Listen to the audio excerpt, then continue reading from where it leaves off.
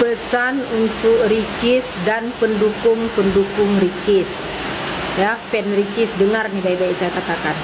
Semoga pesan ini sampai ke telinga Ricis. Jadi saat kita memutuskan menikah dengan seseorang, baik kita sebagai perempuan ataupun kita sebagai lelaki, jangan pernah kita memposisikan pasangan kita itu untuk memilih di antara dua. Contoh, pilih ibumu atau pilih saya. Itu jangan. Kenapa? Karena pada saat kita menikah, kita dan pasangan kita itu memang sudah satu. Kita dan pasangan kita itu memang sudah satu. Jadi antara kita dan keluarga kita itu nggak ada pilihan pilih saya atau pilih keluargamu. Itu nggak ada. Kalau seandainya orang tua salah satu pasangan kita itu menegur kita, kenapa harus tersinggung?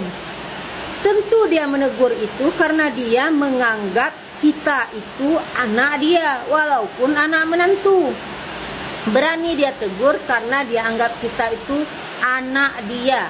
Kalau orang lain mungkin nggak ditegur, nggak akan ditegur. Jika keluarga orang lain tuh nggak akan ditegur. Ini karena itu masih dia anggap anaknya, walaupun anak menantu sudah dianggap anaknya sendiri. Makanya berani dia tegur. Terus masalah yang ditegur pun sangat sepele. Dia cuma menanyakan kenapa diberikan es kurma sedangkan anaknya itu amandel. Dia menanyakan itu hal yang wajar, bukan hal kurang ajar, bukan juga terlalu mencampuri. Itu bukan mencampuri namanya. Ricis, kalau memang belum siap berkeluarga, bagusnya persiapkan diri dulu. Atau sebelum nikah ada nggak ikut bimbingan? Ikut bimbingan pranikah tuh ada nggak? Biasanya di situ diajarin tuh semuanya. Di bimbingan pranikah itu semua diajarin. Kita dalam berumah tangga seperti apa adab kita terhadap orang tua, melayani suami, istri ke suami, suami ke istri. Enggak kayak gitu. Intinya kalau mau nikah itu please belajar materi pranikah, belajar cara komunikasi dengan pasangan itu kayak gimana. Kalian bisa tonton tuh video di YouTube itu Dr. Aisyah Dahlan, kalian belajar di situ supaya kalian ngerti cara berkomunikasi tuh harus kayak gimana sih. Karena untuk komunikasi sama pasangan tuh ternyata ada ilmunya. Karena untuk menikah itu ada ilmunya. Gak sekonyol-konyol kayak, aku udah umurnya nih, aku udah nikah, oh aku cinta pada pandangan pertama, jadi aku mau nikah gitu. Gak sesimpel itu ya. Karena akan berakibat fatal kayak gini. Sebenarnya ini cuma masalah komunikasi aja dan ketidaksiapan mereka berdua untuk menjalani pernikahan. Terus ya, yang bikin aku terganggu, banyak banget statement kayak gini. Intinya, kalau perempuan itu punya segalanya, dia nggak akan takut kehilangan gitu. Jadi, kalau misalkan dapat suami yang gimana, yang nyakitin, ya udah tinggal cerai aja. Nah, ini bahaya banget kalau teman-teman yang belum nikah itu mengadopsi atau ikutin gitu ya statement ini. Kalian tahu nggak sih, di dalam Islam itu kenapa cuman laki-laki yang bisa menjatuhkan talak? Karena laki-laki itu bisa berpikir secara logis gitu, beda sama perempuan. Kenapa ya perempuan tuh nggak bisa menjatuhkan talak? Karena niscaya omongan perempuan bisa menjatuhkan talak, ini aku nikah udah 10 kali kayaknya ya. Ngaku nggak? Semua perempuan yang udah nikah, setiap berantem sama suaminya itu pasti mikirnya pengen cerai. Karena emang perempuan itu yang didahulukan adalah perasaannya. Oh ini mental aku terluka, hati aku terluka, aku mau cerai aja. Itu pasti semua perempuan tuh merasakan kayak gitu. Makanya kenapa Allah turunkan laki-laki itu menjadi pemimpin dalam keluarga. Kenapa cuma laki-laki yang bisa mentalak perempuan? Karena kalau laki-laki itu bisa berpikir secara logis gitu. Banding perasaan, laki-laki itu mengutamakan logika. Dia pasti mikir kalau aku cerai nanti anak gimana. Pokoknya laki-laki tuh bisa berpikir jangka panjang gitu. Jadi emang cerai itu boleh, tapi dibenci Allah. Jangan menyepelekan. Gampang, nanti kalau nggak cocok cerai aja. Atau oh aku harus menjadi wanita sukses kaya raya gitu ya, biar nanti kalau misalkan aku disakitin suami, itu aku bisa berdiri di kaki sendiri, jadi aku nggak takut untuk cerai gitu. Jadi jangan masalah dikit, cerai, masalah dikit, cerai gitu. Kita harus bertanggung jawab sama pilihan yang udah kita buat.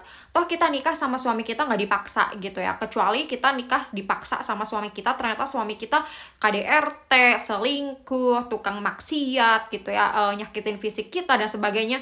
Oke, silahkan cerai. Tapi kalau misalkan masalah-masalah yang kayak gitu, ya udah sebenarnya pertahanin aja.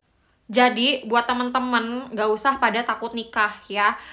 Percaya deh, semua rumah tangga itu ngalamin apa yang ada di gugatannya Ria Ricis. Semua orang yang nikah tuh pasti ngerasain kayak gitu. Jadi itu bukan hal aneh, itu hal lumrah. Itu gimana kita menyikapinya aja ya. Pokoknya gitu deh, kalian harus banyak-banyakin belajar. Kalian bisa cek playlist aku yang judulnya pranikah, atau tonton semua video aku udah sering banget bahas masalah pranikah ya. Ya udah deh, segitu dulu. Menurut kalian gimana? Coba komen ya. Dari Ria Ricis kita belajar. Netizen pada rajin-rajin banget sih belajar dari kehidupan orang. Ya mending kalau misalkan belajarnya bener. Ini malah nyalahin salah satu pihak. Yang namanya rumah tangga terus cerai, udah pasti yang salah dua-duanya, nggak mungkin cuma salah satu doang. Tiap masalah yang diutarain penggugat itu pasti ada sebabnya. Yang kalau diusut tuh bakal nggak ada ujungnya. Satu sama lain pasti saling nyalahin.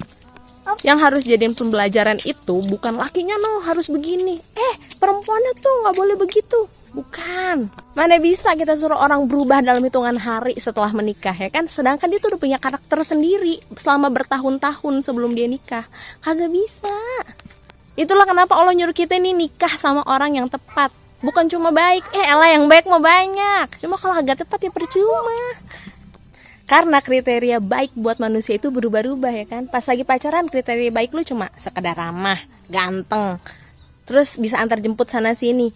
Pas udah nikah berubah lagi, kudu yang gak patriarki. Terus pas udah punya anak berubah lagi, kudu yang bisa ikut ngomong anak. Gitu aja terus sampai lu punya cucu. Tapi ketika lu milih pasangan karena Allah, bukan cuma karena kata hati lu, maka gimana pun bentukannya dia lu bakalan terima. Ketika rumah tangga lu langgeng, lu bakal bersyukur. Ataupun ketika ternyata rumah tangga lu harus pisah nih, lu akan lapang dada karena lu yakin Allah bakal ngasih jalan yang lebih baik setelah itu ya kan. Beda halnya kalau lu pas nikah udah berekspektasi, wah dia bakal jadi laki, the best husband ever nih. Giliran udah ditampar kenyataan, nangis darah ya kan.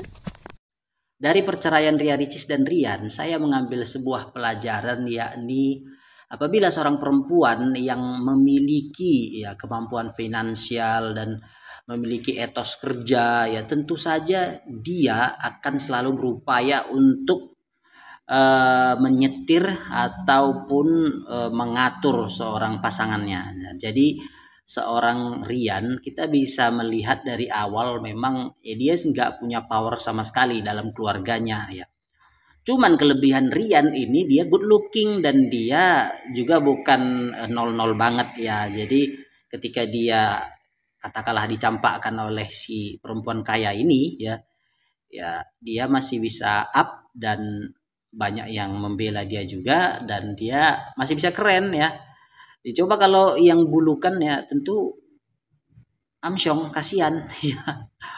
Memang bener ya, salah satu tips rumah tangga adem ayem itu adalah jangan pernah sekali-kali ikut campur dalam permasalahan keluarga suami. Karena jujur aja, selama berumah tangga, aku sendiri nggak pernah ikut campur dalam permasalahan apapun yang ada di keluarga suami aku. Padahal mertua dan ipar-ipar aku baik semua, tapi nggak mau aja. Bukannya apa-apa ya, aku sendiri sadar diri dan takut aja nanti ketika kita jadi wasit di keluarga suami malah ujung-ujungnya jadi ribut. Tapi kalau suami aku pengen cerita tentang permasalahan keluarganya, ya aku tinggal dengerin aja, tapi untuk ikut campur nggak mau ya. Pernah ada salah satu teman aku yang cerita kalau dia tuh sering banget ngebantuin keluarga suaminya kalau lagi ada masalah. Dan dia tuh sering banget jadi wasit di keluarga suaminya, padahal tuh nggak ada yang minta pendapatnya dia. Dan setelah masalahnya selesai, bukannya terima kasih karena masalahnya dibantu, malah dia tuh kayak disalah-salahin gitu. Memang sih aku tuh pernah dengar kalau menantu laki-laki itu lebih mudah diterima di keluarga istrinya, tapi tidak dengan sebaliknya ya. Makanya walaupun mertua dan ipar-ipar aku tuh baik semua, aku tuh lebih memilih diam, nyimak, dan gak pernah mau ikut mencampuri permasalahan apapun yang ada di keluarga suami aku.